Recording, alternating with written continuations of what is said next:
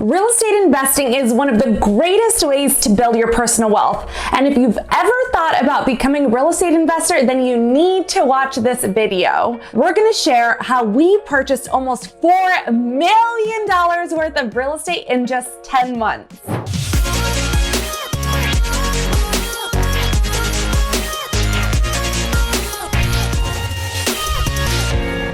The average person in America will make about $46,000 per year once they retire. That breaks down to about $3,800 per month. So it really makes one wonder, does it really make sense to dedicate 30 to 40 years of your adult life working for a company to end up with less than $4,000 per month? Seems like a bad trade-off to me. But we're here to tell you that there's a better path. Now, we're not trying to brag and claim that we're multi-millionaires or anything, because we're not. Not even close. Not yet. In fact, a little over 1 year ago, our rental portfolio consisted of 2 long-term rentals and 2 old beat-up houses that we intended to rehab. And the total value of our portfolio was about $450,000 at that time. But fast forward to today, and we've purchased 9 short-term rentals with a combined value of $3.8 million in the last 10 months during the pandemic. So let's break down how we made that happen.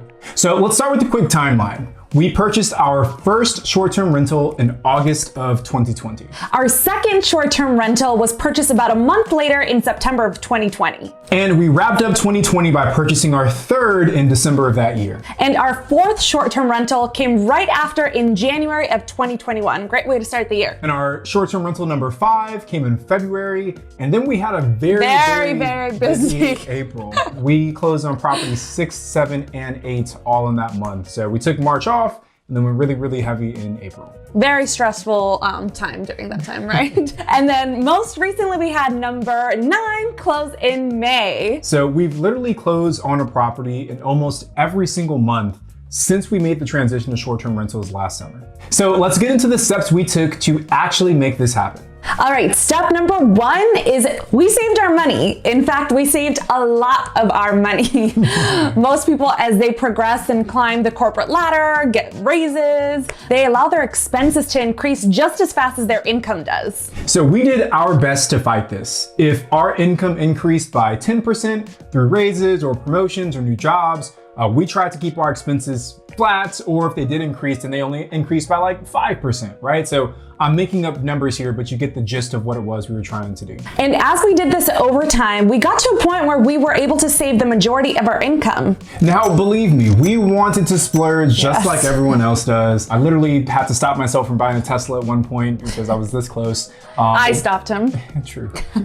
But we chose to invest in our future instead. And you know, funny story, actually, for several years, I drove around in an old beat up 2008 Toyota Yaris. It was Sarah's car, but I actually have a funny story about it. So I'm 6'1", right? So kind of a tall guy. And one day I was driving the car. By myself. I was pulling into the Target parking lot, and I parked the car and I get out and I start walking towards the entrance. And as I'm walking, I see this guy from like super far away who's kind of like smiling at me. And I'm thinking to myself, like, that's kind of weird, right?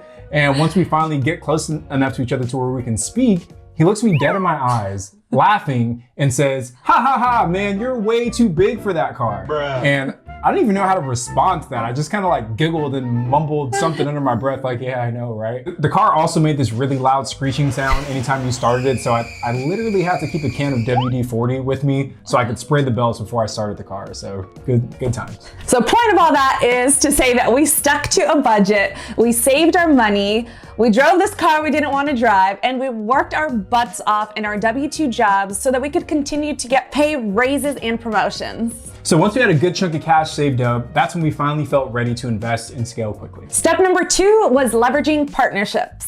So our core investment team is me, Sarah, and then Sarah's cousin. And the 3 of us make up Alpha Geek Capital, which is the company behind all of our short-term rentals. Which, by the way, if you're an accredited investor and you'd like to be part of some of our future investment offerings, then head over to alphageekcapital.com and fill out our investor form so you guys can stay in the loop. But partnerships have been huge for us. Our first 4 short-term rental purchases were done with just our core team, so Tony, myself, and my cousin. But deals 5 to 9 have all been purchased with the help of our partners. And that's honestly what's really allowed us to kind of, explode and increase the number of deals we were able to take down, because we had enough capital and we didn't have to worry about getting approved for loans, which are honestly 2 of the things that most real estate investors get stuck on, right? Is how do I get enough money? How do I get approved for all these loans? Now, we are in a bit of a fortunate situation because we have a platform with my podcast on Bigger Pockets and our YouTube channel, The Real Estate Robinsons, which gives us a bigger reach probably than the average person does. And you might be thinking, Tony, Sarah, I'm not a podcaster, I'm not a YouTuber. I hate calling us YouTubers. I don't think we're YouTubers yet, but you get what I'm saying. So how am I supposed to find partners? The truth is, just because you don't have a big platform, that doesn't mean that you don't have an opportunity to find great partners. So don't get discouraged. That's not the case at all. Now, you never know which people in your life right now, today, might be interested in investing in real estate, or who may be open to partnering with you. But the only way you'll ever find these people is if you're vocal about your goals and ambitions. Post on your social media profiles about the books you're reading, the podcasts you're listening to, the properties that you're analyzing. Just don't be shy to put yourself out there and say, hey, look, I'm interested in real estate. I'm interested in investing. Just talk about it. Yeah, really just go out and get to meet new people. There's probably local real estate meetups happening in your neighborhood right now, today, sometime this week. There are most definitely virtual meetups that are happening all over the country right now. Expand your network and find other like-minded people. And if you have completed a real estate deal already, then that's the best way to find a partner, because now you have proof that you know how to execute. You have proof that you know how to run a short-term rental. So even if that means you need to start by renting out a room in your house, or maybe doing like rental arbitrage where you're not buying a unit, but you're leasing that, then you list it on Airbnb. There are so many low-cost ways to get started. So our friend Robert from Raw Built on YouTube, he's done a great job with some of his glamping sites. Another low-cost way to get started. So the point here is, the best way to find a partner is that you have to prove to them that you know what you're doing. Before we move on to the final 2 steps, if you're enjoying this video, please give it a thumbs up and subscribe to our channel, please. Also connect with us on Instagram. Yes. I'm at Tony J. Robinson and she's at Sarah Rad. All right, so step number 3 is purchasing in markets that we're appreciating. Our short-term rentals are located in the Smoky Mountains and in Joshua Tree. And honestly, both of these markets have kind of taken off like crazy recently. Our success here is part luck and part skill. I think we knew that these were good markets to invest in, and that there was upside in terms of appreciation, but there's no way that we could have anticipated that they were going to blow up the way that they have over the last like 6 to 9 months. But here's where the skill comes in. We initially purchased these homes during the middle of the pandemic. So we have the confidence that the short-term rental space would rebound from the nasty decline it saw when the pandemic first hit. Airbnb revenues dropped as much as 72% during the pandemic, and that scared off a lot of other investors. We also identified that these markets were places that had strong returns relative to their prices, and that's honestly what really drew us into those markets to begin with. So we figured the pandemic's going to subside eventually, and now is a really good time to buy. So our advice to you is do your homework when selecting markets and really look at places that are kind of up and coming, where you might be able to ride that wave of appreciation. We purchased our first cabin for $590,000, and we could probably list that cabin today for $900,000 easy. That's the benefit of choosing the right market and getting a little lucky. Now, step number 4 was creating the right systems and the right processes. This was really crucial for our ability to scale and scale confidently and quickly. There are so many moving pieces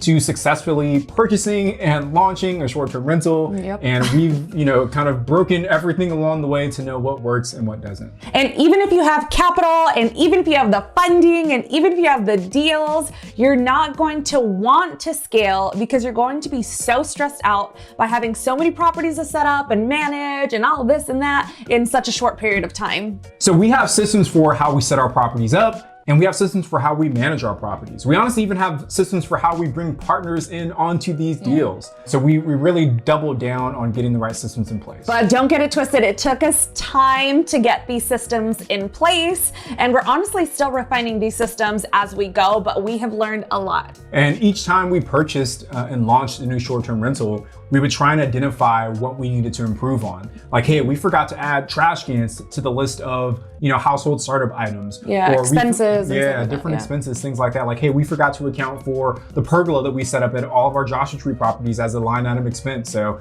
every time we learn something new. So the first couple of times we did it, we made all kinds of mistakes. We purchased things that we didn't need. We forgot to purchase things that we did need. We didn't know what information the guests needed to ensure that they had a smooth check-in or that they didn't have to ask us a million questions during their stay. But now we have a really dialed in property launch checklist. We have our software and our tool set up to make managing our short-term rentals easier. And honestly, it makes the guest experience better because they have all the resources and information they need to check in smoothly to enjoy their stay. So I highly recommend that you start working on the processes for your business, even if you just have one property. Because that's the easiest time to try and figure out some of those processes. Yeah, for sure. Like when you're like us, where it's like every couple of weeks, you got to do it all over again. You sometimes don't have enough time to really refine things. So use that time when you only have one to really dial things in. So that's it. That's how we bought almost $4 million worth of real estate in 10 months. Now, if you guys have any questions about the tips we talked about today, please drop a comment and let us know. We'd love to answer them for you guys. If you like this video and you're thinking about buying an Airbnb, be sure to watch our video where we break down exactly how to buy your first short-term rental. So that's it for today, guys. I'm Sarah. I'm Tony. What? I'm Tony. I'm Sarah. And we are the Real Estate Robinsons.